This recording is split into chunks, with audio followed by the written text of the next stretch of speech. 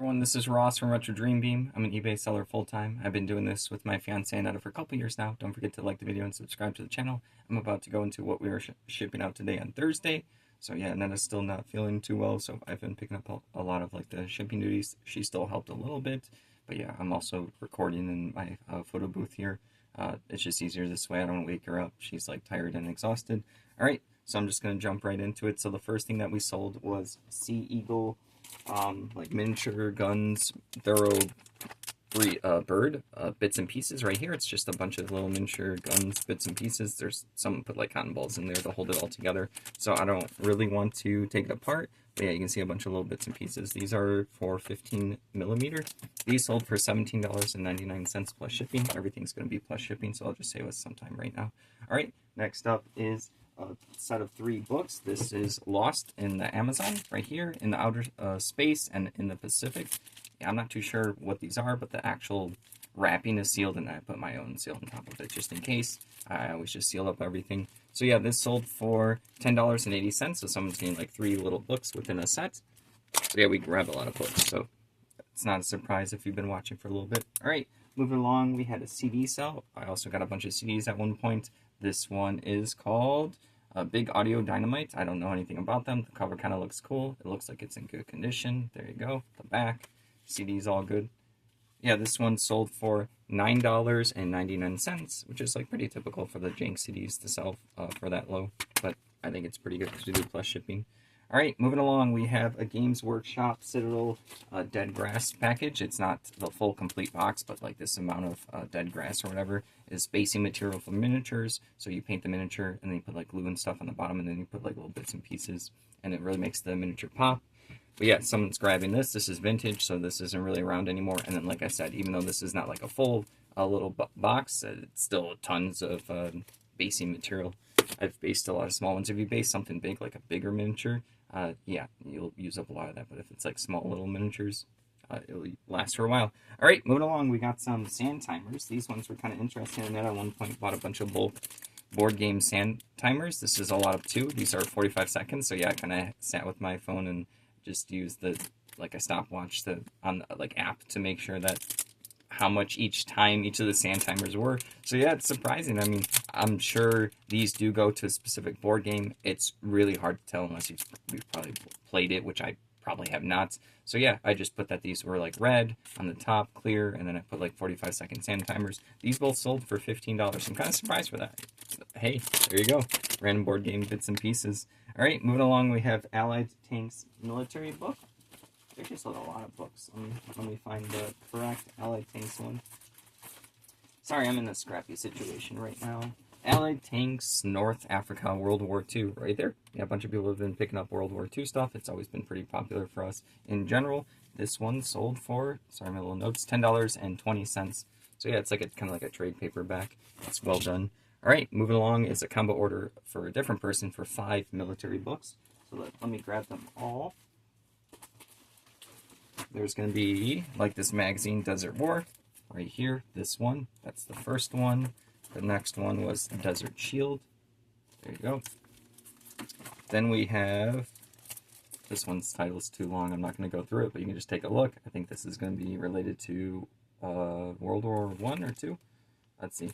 All right, I'll move along. Panzer 1 and 2, like the German tanks. So I know a little bit about these tanks. These tanks were super strong for like the German army. So yeah, a lot of people read up on them. They were like these big, massive tanks that just did a lot of destruction and damage.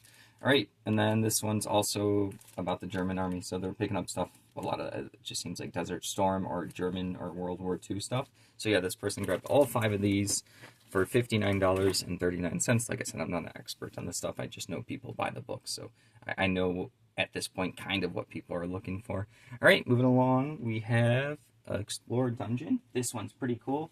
I like this one a lot. This is Explorer Dungeon number 2. You can just tell by the art, it's pretty good. This is going to be like an RPG zine, so it's like an RPG book / magazine combined together. So there's a lot of stuff in here. There's going to be like activities. There's going to be like rule sets for dungeon masters, for players.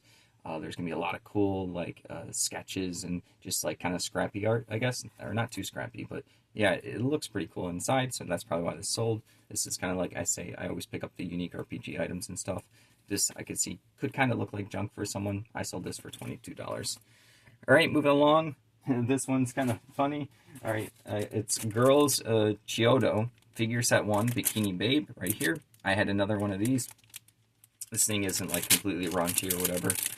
But yeah, this one, it says Gold Convention Edition, limited to 10,000 units right there. So there's only 10,000 of these. I believe, and I'm not 100% sure, that this is related to like a comic book or comic book publisher in the 90s or maybe early 2000s. I don't know if this is a mascot or if they actually had a comic of it, but I got it with a bunch of other comic stuff. So I had another one of these, so I listed it. Super limited edition, 10,000. Yeah, but hey, someone bought it for $13.77. All right, moving along. We have a Dungeons and Dragons map. This is an ice cavern right here. These are 1-inch grids. A lot of people like to use just 1-inch grids because they have like small enough miniatures that can fit on it, or like the bigger ones would take up like 9 spots. But yeah, this one folds out nicely. It wasn't like a poster that had to be rolled up, so I could ship it out a lot cheaper. But yeah, this sold for $10. Sorry about the like lighting going in and out. It's really scrappy. I'm not good at this. I'm not as better at doing the technical stuff. All right. Oh, grab the wrong thing. All right, next up, you've seen me sell a lot of these. I always know what these are when I'm out in the wild. These are War Machine / Hordes focus tokens. These ones right here.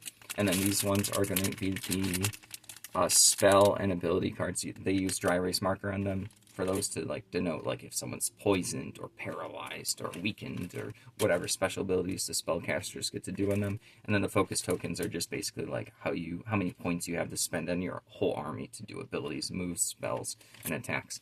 All right, so there's a lot of 58 sold for $14.99. Yeah, people love them. I think like all the official stuff's been long out of stock. There are still companies that keep picking it up. I think Steamforged Games, I believe it's Steamforged Games picked it up the license for Iron Kingdoms, which is their RPG, War Machine and Hordes. And I want to say one other thing that I can't think of off the top of my head right now, but Steamforged Games does really well done miniature games and board games, so that's probably why people are picking up stuff, just in case if you can like just use it for whatever new game that they're gonna either design or if they're going to continue the line. Like I said, I haven't dug too deep into it where like I'm super busy with eBay all the time, so it's really hard to get into the super weeds of some of these games. I just know like a little bit about a lot of them.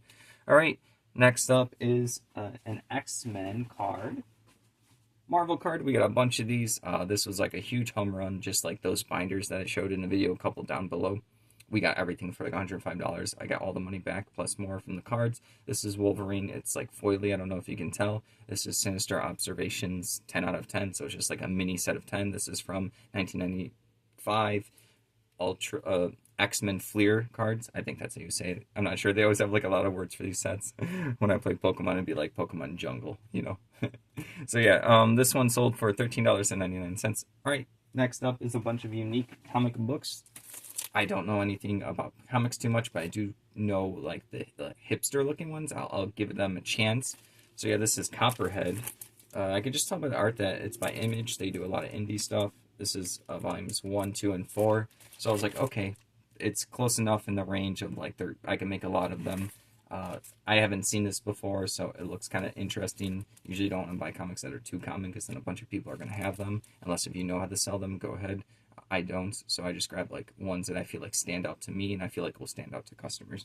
This sold for $22.49 for the set of 3, so if someone's going to enjoy reading them, maybe they have part 3 or maybe they already picked up part 3. Alright, and then the last thing up is something that we got for free. This is a Globetrotter, I think it's like American Airlines, either first class or business class little handout that they give you. This is like a toiletry little zip case.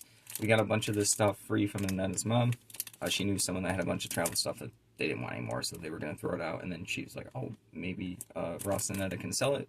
So, yeah, I got a bunch of this stuff. I was, like, a little iffy about listing it. I was like, is this something that someone's going to really want? And I was like, you know what? It's in my hands. Just list it. Don't be a baby, Ross. Yeah, and this one sold for $16.99. I do still have, like, other items from, like, the airlines, you know, stuff that they give out because maybe it was first class or business class. Maybe it's expensive, or at least someone wants it. Who knows? That was the thought process, right? And someone did want this. It's still in good condition. Like, they can use this for traveling. I put all the dimensions in. So yeah, that's everything for today that we're shipping out on Thursday. Our videos are probably behind. I guess I don't need to mention that at this point. It's not a big deal. Yeah, but I haven't said this enough, but if you'd like to help support us, take a look at our shop down below. We do have offers on. Also, thank you for watching. Let me know down below in the comments if you have any cool eBay sales, if you're doing anything cool for the weekend coming up. Actually got my birthday, so if Anetta's feeling better, we might play a bunch of board games. That's my kind of thing that I enjoy.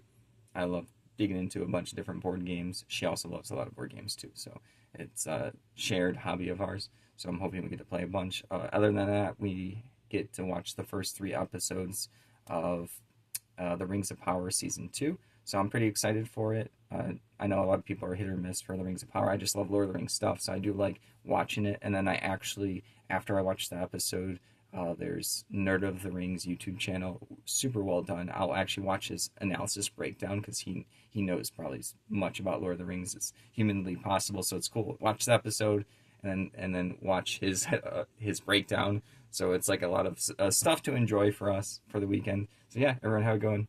Cheers.